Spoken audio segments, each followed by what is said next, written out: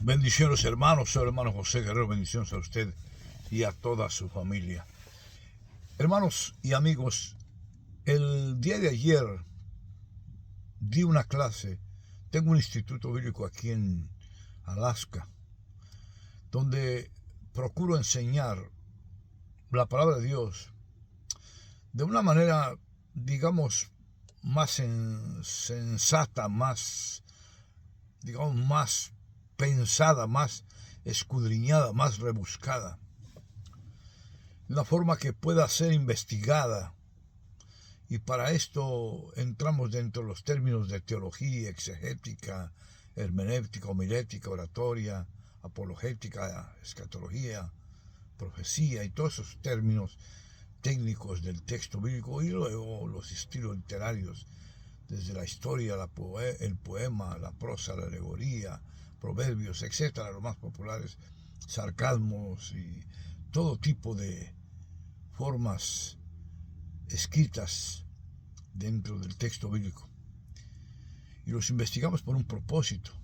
El propósito es que las personas que estudian con nosotros sepan que cuando hay una pregunta en el texto bíblico, también hay una respuesta.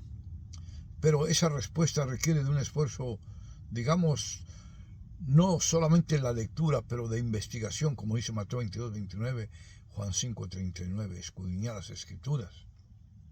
Y luego Juan 8, Juan 16, Juan 3, con el propósito de entender la voluntad de Dios y poder conocer primeramente para nosotros, como dice primera de Timoteo capítulo 4, verso 16, para nuestro entendimiento, pero también para aquel que vamos a enseñar la palabra de Dios. Mínimo en el texto y el contexto de lo que la Biblia narra. En esto la memorización y la repetición de los textos bíblicos conforme el texto bíblico está escrito. Y aquí me refiero a la didáctica misma de la Biblia, o la parte empírica, físicamente hablando, de la Biblia. Y no se diga, hermanos amados, perdón, no se diga la parte espiritual, la parte interpretativa de la Biblia. Cuando hay un texto bíblico que nos exige una interpretación o hacer una hermenéutica de él, pero teniendo las bases de una exegética correcta y no haciendo una eisegesis del texto bíblico, sino teniendo una exegética correcta para después terminar, homiléticamente hablando, en una conclusión homilética de una investigación X que hacemos. Y después presentarla, ya sea de manera orativa al mundo o ya sea de manera apologética a la iglesia. Hermanos amados, yo sé que este tipo de tecnicismos para mucha gente les causa problemas, pero déjeme decir que es necesario que conozcamos el texto bíblico bien desde la escritura. Me refiero a lo que está escrito, el estilo literario que está escrito, pero también, hermanos amados, hermanos queridos, me refiero a la interpretación del texto bíblico y la aplicación del texto bíblico. Porque cuando se va a predicar el Evangelio es importante conocer el Evangelio, pero también es importante tener una reputación o tener un testimonio, como dice Hechos 1:8. Y me seréis testigos una vez que venga el Espíritu Santo sobre vosotros. Y empieza Samaria, Judea, dice Jerusalén, Samaria, Judea, hasta el último de la tierra. Jerusalén representa la casa y después hasta el resto de la humanidad. O, en palabras más comunes y sencillas, ser ejemplos en nuestra casa, primeramente, y después en el resto de nuestros semejantes, ¿no? Ya sean los vecinos, ya sean los primos, tíos, sobrinos o familiares cercanos o retirados. La cuestión aquí, hermanos amados, es que para predicar el Evangelio se necesita conocer la Biblia, absolutamente hablando. Pero vuelvo a decir lo que dice Pablo en Hebreos 5:12-14. Ya deberíamos de ser maestros. Si usted ya tiene mucho tiempo en el Evangelio y todavía no sabe distinguir de lo que es de niño, de lo que es de adulto, su problema es crónico, espiritual crónico. ¿Esto qué quiere decir? Que nunca ha querido aprender. Y por favor, dejemos de esas excusas de que es que a mí es muy difícil aprender. Para usted puede ser difícil todo lo que usted quiera, pero esa no es una excusa, porque por eso está Dios ahí. Es como decía yo en la clase ayer, a los hermanos que están estudiando, ya llevan un año conmigo estudiando teología. Les decía, es que el problema de la iglesia de hoy en día es la laziness, que viene siendo la flojera. No sé cómo se le puede decir de otra manera. Flojera o laziness en inglés. O sea, la ociosidad a no querer escudriñar la palabra de Dios. Y especialmente en aquellos que están en cargos eclesiásticos y de poder eclesiástico. Y no se diga de poder espiritual. ¿Por qué? Porque deberían de ser ya maestros, conocer el texto bíblico, y a veces hay gente que tiene 40 o 30 años en el Evangelio, 20 años, y no ha leído la Biblia ni siquiera una vez en su vida. Por lo menos en forma ordenada, de Génesis, Apocalipsis, reteniendo la forma, como dice el Señor de Timoteo 1:13, 3:16, 2:15, 2:2. No en la forma, o sea, como debe ser, conocer el texto bíblico desde la didáctica bíblica, pero también la teología desde la práctica. Hermanos amados, hermanos queridos, especialmente para aquellos que enseñan la palabra de Dios o que suelen hablar de Dios. Podemos hablar todo lo que queramos de Dios, pero si no tenemos fundamentos bíblicos, hermanos queridos y amigos queridos, nomás hacemos bluff. O sea, a bluff me refiero a balbucear. Solamente hablamos falacia.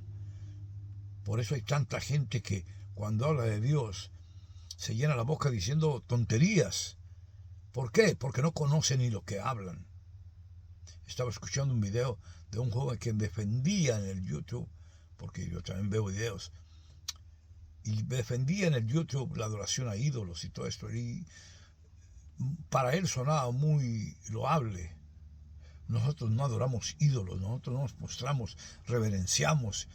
Y el famoso video que anda por ahí donde se pone un esqueleto, yo lo publiqué por ahí, un esqueleto dentro de una imagen de una persona que era una mujer que había sido o hecho, de acuerdo a los católicos, muchas obras de caridad, y ahora ponían su esqueleto, no su esqueleto, su cráneo, dentro de una imagen de una figura, una especie de ángel. No, no, decía el joven, esto no es adoración, es reverencia a nuestros antepasados. Amigos queridos y hermanos queridos, podemos crear todo tipo de ideas falsamente. Según este joven, los católicos no adoran las imágenes, reverencian las imágenes. No es lo mismo. Y según este joven, desde la Biblia siempre ha habido imágenes que se han adorado, la gente se ha postrado. Todas esas son falacias antibíblicas, no es cierto.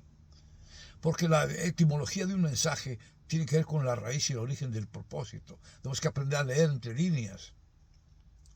No, en la Biblia está prohibida la idolatría, no te postrarás, no te postrarás.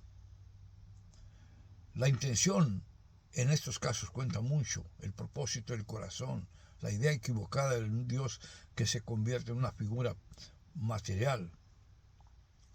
Cuando Dios aborrece la idolatría, la santería, la hechicería, el misticismo y todas esas cosas. Pero yo lo sé porque he leído la Biblia muchas veces completa y la he investigado en diccionarios de arameo, hebreo, griego, latín, etc. Cuando se requiere investigar. Cuando se requiere investigar lo que no sé o lo que no entiendo. Inclusive mi propio idioma español o inglés en los cuales yo hablo. Investigo cuando no entiendo una palabra X. ¿Por qué? Porque dice 1 Corintios 14:11, no ignoréis el poder de las palabras. Porque necesito entender si hay alguna posibilidad de alguna forma o una manera diferente de tal o cual palabra o el significado de tal o cual palabra para enriquecer mi idioma. Hermanos amados y amigos queridos, cuando nosotros no queremos aprender, excusamos nuestra persona del todo. Pero en la Biblia no se permite eso. La Biblia estrictamente prohíbe la ignorancia de la palabra de Dios. La Biblia prohíbe no conocer a Dios. Estrictamente prohíbe no conocer a Dios. Porque cuando usted no conoce la Biblia, usted habla mal de Dios. ¿En qué sentido habla mal de Dios? Que no dice las cosas bien o lo que dice escrito en la Biblia. Acuérdese, toda la palabra de Dios está inspirada por Dios. Sí, pero no le quita que sea un libro escrito por hombres también, porque tiene estilos literarios. Al final de cuentas, vuelvo a decir otra vez, Hebreos capítulo 5, verso 12 al 14, dice, ya deberíamos ser maestros. Y luego Santiago 5, que son de mis favoritos, dice que ya deberíamos ser doctores para discernir espiritualmente lo que es de Dios y lo que no es de Dios. Esta mañana, este día, hermanos amados y amigos queridos, quiero dejar este mensaje. Si usted dice conocer a Dios, pero no conoce la Biblia, usted no conoce al Dios de la Biblia. Usted no conoce al Dios de Jesucristo, al Dios de los apóstoles, de los profetas. Usted no lo conoce. Usted cree creer, pero ignora las Escrituras y el poder de Dios, como dice Mateo 22, 29, Juan 5, 39. Esto le pasó al pueblo de Israel muchísimas veces, por eso está escrito todos esos detalles. O sea, el libro de Oseas es un ejemplo, en el capítulo 4, verso 6. Oseas 4, 6. Mi pueblo fue destruido porque le faltó conocimiento. No, porque menospreciaron el conocimiento. Y ese es un problema que tenemos hoy en la iglesia tibia. Estamos en la profecía de la iglesia tibia, el capítulo 1 al 3 del libro de Apocalipsis. Una iglesia que piensa que sabe más que Dios. Una iglesia negligente que no lee, no escudriña nada. Por lo tanto, tiene una idea errada de Dios.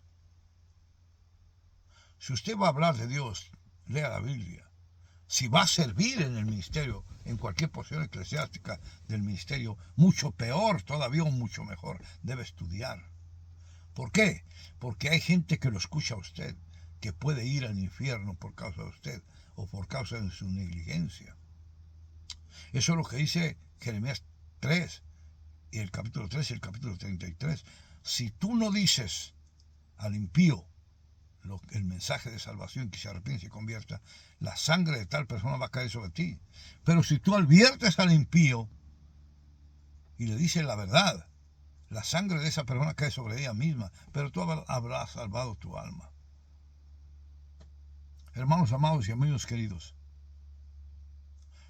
ignorar las Escrituras por negligencia es terriblemente garrafal, es de muerte.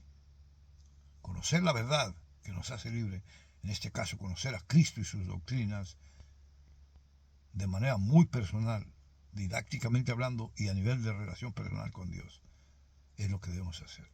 Bendiciones a usted y a toda su familia. Bye.